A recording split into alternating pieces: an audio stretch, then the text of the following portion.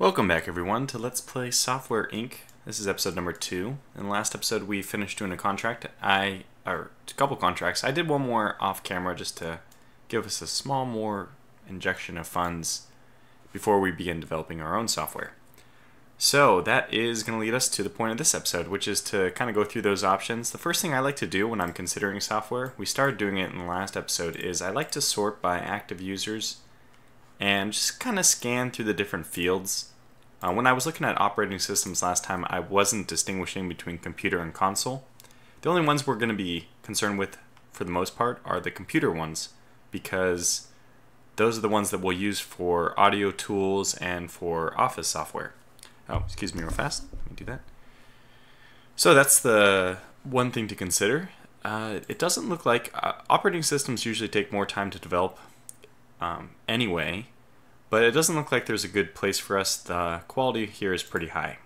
2D editors doesn't look any better. We're starting with outstanding, and actually they're pretty much they're dominating the field. And actually that's a sign that you might be able to get in here, because without any parity, that means you won't really have that much competition, just one person. And they usually don't release software all that quickly. So this might be a situation where you look at the upcoming releases, you see that okay, that one's almost a year old, although it is outstanding. That's going to be tough to compete with. But do they have a new one coming up? Let's sort by type. Oh, actually, Photoscape is going to try to return to the picture. That's going to be very difficult for them. They haven't made anything in like 10 years, almost 7 years. And that's the latest thing to come out. And there's no plans for Vector Suite to release number 7, at least for the next coming 2 years. Okay, but let's move on then to audio tools. This is like I said, or I don't know if I mentioned this, but this is there's a few categories that I feel are really good for entrance point into your first developed software. This is one of them. I feel like audio tools are a natural choice for our pick. Unfortunately, there's only great quality here. It looks like SignMaker is a smaller company because they don't have that many active users despite great quality. And it's probably because they don't have very good marketing, which is something that I would expect from a smaller company. So there's not that much competition in this one just because SignMaker is new and upcoming, just like we would also be. So hopefully this is like a snapshot of us in about a year. Okay, so let's move on to game engines. I don't like starting with game engines. Audio tools, CMS, and office software I feel like are the 3 best to start in because they don't take that much time to develop, and usually there's room for one more new company in there. Operating systems are probably the hardest thing to get into, although I've done it. In my very first personal series, I did an operating system, and that company ended up being really successful. So, but again, the difficulty in this game is not too hard. So I'm just going to move beyond game engines. We see that there is maybe a little bit of wiggle room here. Great, good, but outstanding, and I don't think game engines are a natural first choice. So we have games here. For this one you have to go through each category. RPGs, there's probably a little bit of space for entrance. Adventure, maybe not. Simulation, yes. Sports, no. And RTS, yes. So we could make a game, but I don't want to for our first one. That's basically Game Dev Tycoon all over again. Office software, this is one that I think we will actually do, because looking at these off camera, this one just... there's no great quality software recent, and also there's not, as we're going to see in a second, for office software there's none upcoming for at least over a year. The other one I think has a possibility, another one I talk about a lot as being a good entrance point, is CMS, either financial or workflow.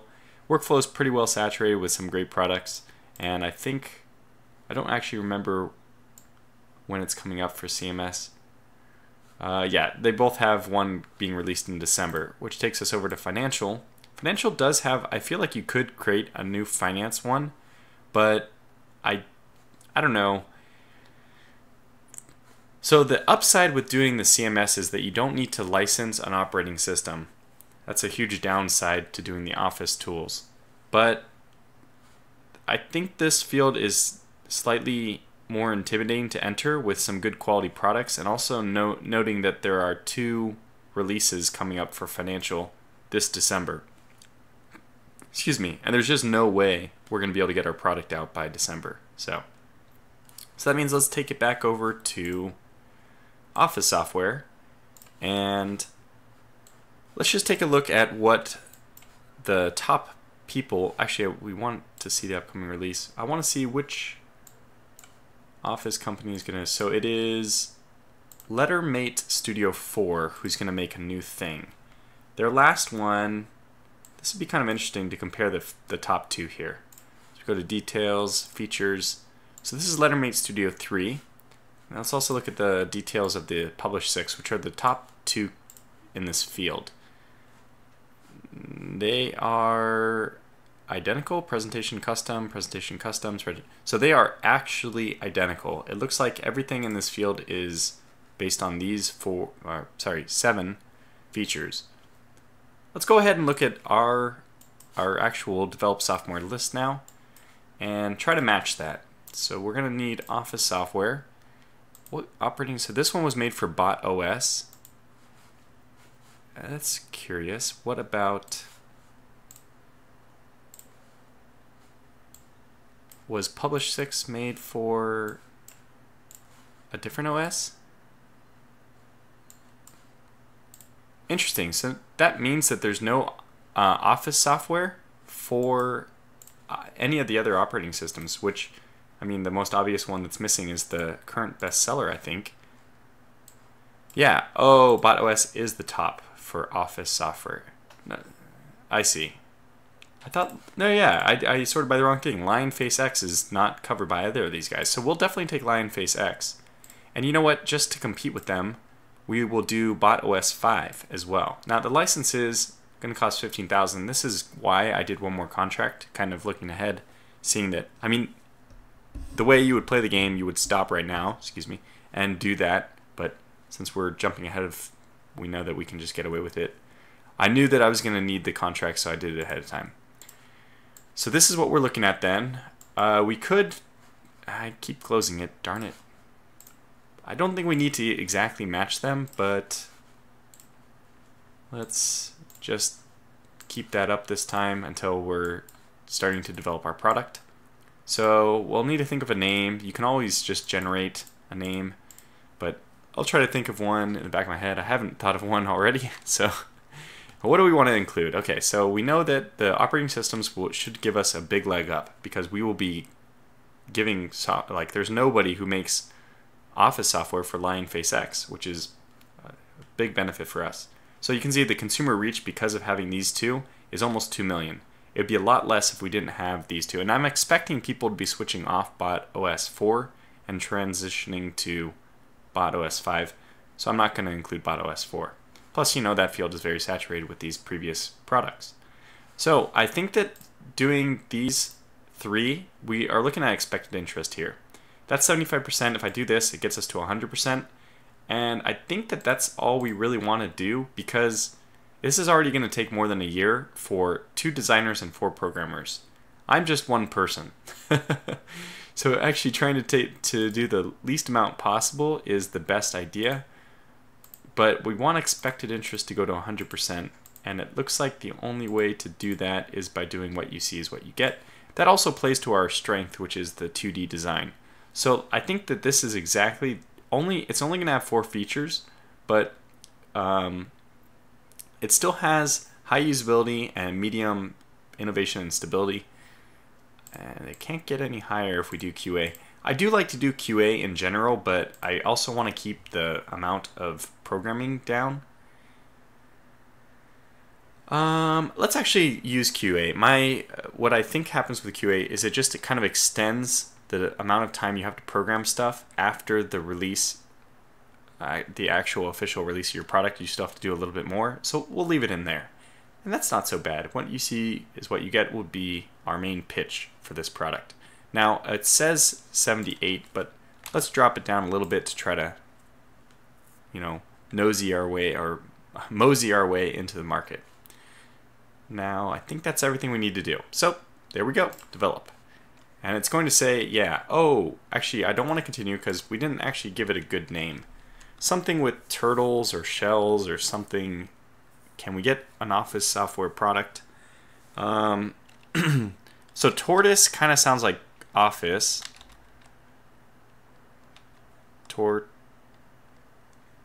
Office. It's a terrible name. It's a terrible name. This is one of those things I should ask for these kind of recommendations in the future going into it. I'm sure that the people in the comments will be much more creative than I am, but I think we might have to use the random generator for this. Or maybe this will trigger something I can think of very quickly. We'll just do shell office suite. That's kind of lengthy, but people will just think of this as shell, I think, and that's our company name as well. That would be a little like double reinforcement. Good enough. Doesn't have to really matter. Now it's just complaining about the number of people we have in our team, because if we don't have 2 and 4, we have 1 and 1. But I'm still going to go with it. And marketing works a little funny in this game. Let's just say yes for the time being, although I am going to bump up this to a higher priority. The way marketing works is you can set your budget, and you can choose, like, every one of these that we choose increases the amount of money we're going to spend on it. Now the kind of silly thing about this is it actually doesn't penalize you for overcommitting a budget. The way it works is you only spend as much on advertising as your person actually works on it. So if I have, like, let's say 10 people working on it full time, I might actually get to the full $6,500 budget per day / month. But if I only have my one guy working part-time on it, even with all these things selected, maybe I only spend $80 on it. Now, I don't know how the expenditure to results ratio works. I'm hoping it's like quadratic, so that the more time you spend on the budget, you have more than just a linear increase in the effect of marketing. Because that would actually reward putting in more time. But as it is right now, I don't think that this makes you budget your time correctly. This is just basically saying that, well, whatever you do in advertising, even if you spend 30 seconds on it, you'll get some benefit. I think a much better system for this would have been if you have to commit to a specific time requirement. Like, I don't know, let's say that at 1,000 you should have one person who's an average marketer working 6 hours. But at 2,000 you need 2 people working 6 hours, etc. And if you don't get completely all the way up to that, you still spend that whole amount on the budget. You still spend 2,000. But let's say you only have one person for the $2,000 project, which should have 2 people. You only get half the effect for your money, which is still, 2,000. Anyways, I just don't feel like they kind of reward you for not being able to budget your time well, just because you only spend what you actually spend in time. So you get the full effect of however much money you spend, basically. And I don't really know if I agree with that. But nonetheless, because that's the system in place, I'll have Tortuga in the background kind of doing a little bit of marketing. This won't cost very much, probably about 100 a day, which is pretty minor. Even after we bought the contracts, we have like 15,000 to stay afloat. And we saw that the product... Excuse me, let me get a drink of water. Okay, we saw that the product is probably going to take over a year, and that was for a lot of people on the project. So our goal is going to be to finish it before December 1981 when the competing product comes out. Although we don't know what operating system or whatever that other product is made for. So that's going to basically conclude a lot of the portion of this episode. What we have to do next is jump into that really annoying mini game, the one where we connect boxes. Now I'm going to jump into that and I'm going to start doing it, but I'm going to leave like an annotation or something. I don't know what it'll be. Some kind of way that you can skip forward from this, because this is going to happen for a really, really long time. As you can see, I'm connecting boxes and it's not even going up because you have to have so much input in order to get to the next level. Like, this is a big project. Man, they're kind of being jerks to me too. Oh my god, I almost missed it. That was a kind of a tough box configuration to get going. Anyway, so what I'll do is I'll have an annotation right now in the YouTube video, or I should, if things went well. Oh crap, I messed this one up royally. Oh, we lost our first live. One trick, by the way, in case you want to know these little, I could just try to speak about my strategy. Usually I look for 3 2s. That's my number one way of getting these done. So if I have 2 2s and a 3, I just look for a 1 to satisfy that other 3.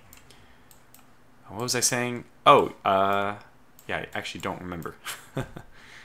You can kind of track these ones. If you have a box with just a 1, you can kind of like push them through and snake the pattern for a long time, but just have to make sure that you get rid of them before one of the boxes touches the middle. What I was going to say is if the boxes are about to touch the middle and you want to make sure that you have the game going for a very long time, you can hit escape. There's actually no penalty for hitting escape.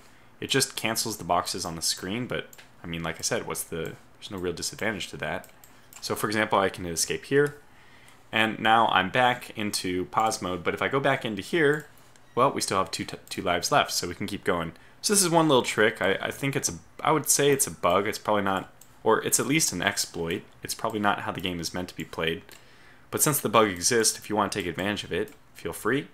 I think at this point, I'll probably make a cut in the video, and we'll come back when this is all done, because this is, it's going to be tedious, and I'm going to keep using the escape trick to get this finished as quickly as possible. And I don't really have anything more to say about this, other than, I mean, this is what it is. A very long, okay, we need a 1, there it is. That's a very long game that, you know, kind of boring. So let me hit escape. I'll come back when we've developed this a little bit more. So yeah, this will actually, it'll still be in the same video, I think. So I'll see you guys in a little bit when this is done, and then we'll get to the typing game for the alpha. So it's April 1980. I'll see you back when we're done with this. Alright, so now we're finished with the design phase. You can see I've gotten it up to expected quality great, and that's going to be sufficient for us. Great will put us at least on par with the competition. If you continue to go, you can get outstanding. I think it's about the time where the green hits the gearbox here, but that does take a little bit more time, and I've already spent like 50 minutes on that mini game, which is starting to drive me nuts. It does accelerate towards the end, so we can see things are going to start to happen a lot faster now. So it's kind of gets a little chaotic. I don't really want to have to deal with that. So that's it. We're fine here, and let's just go ahead and develop. A great product should be, well, it should be great, right?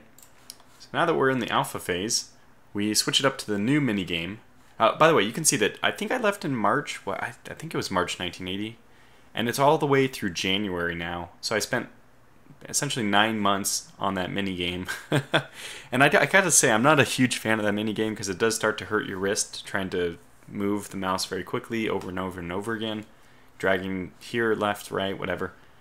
The typing one is a little more up my alley because just I think the typing by itself, maybe I don't have a very ergonomic setup or whatever, and my wrist starts hurting for the mouse use. But the typing one seems fine to me. So that's what we'll be doing now. Now I want to say, as soon as we get into the typing game, I'll explain the typing game a little bit more, and then I'll probably just put a cut in there. We'll call this video to a close. But the next video should be really exciting because we're actually going to return to build mode, and we'll be designing the office, because as soon as this product is, once the alpha is finished, the delay in beta doesn't take very much time at all. In fact, I'll start typing here while we're talking. The delay, and then the beta don't take very long at all, actually. Really, it's mostly the alpha and the design phase which takes so much time. So once we get into those, we're really close to the release of the product. And after the release of the product, we do want to hire a full-time marketer so that we can, our character himself can probably work on some contracts, possibly work on any of the bugs for the release, but I think that's mainly if you do QA, and we did not.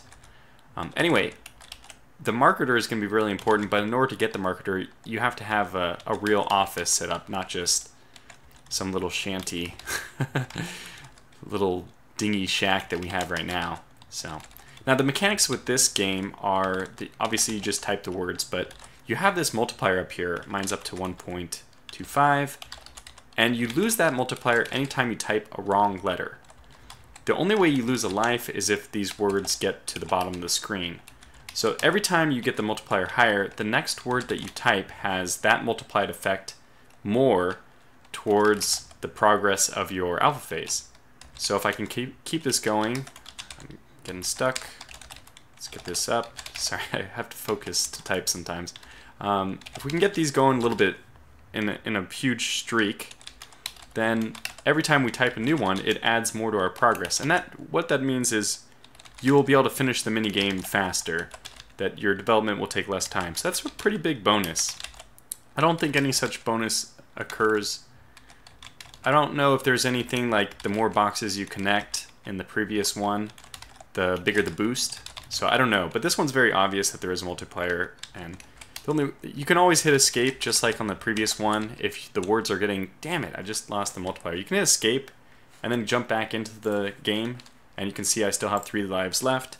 The more this bar progresses, which is the same as this bar, the faster the words come down, which in my case at least is actually a good thing, because when I'm not trying to talk on a video at the same time, I can type a bit faster than the words fall, at least at the start.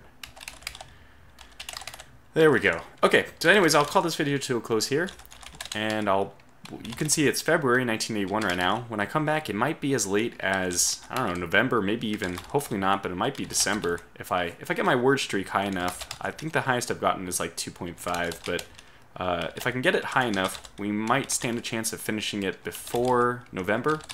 Otherwise, damn it, if I keep typing around letters just randomly. The problem is I lean on my keyboard too hard, so I'm not even trying to type, and I'll just press spacebar or something.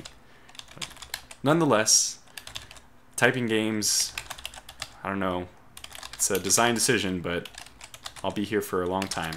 So I'll see you back where we will finish releasing this product, hire a new worker, and that means building a new office. Should be exciting.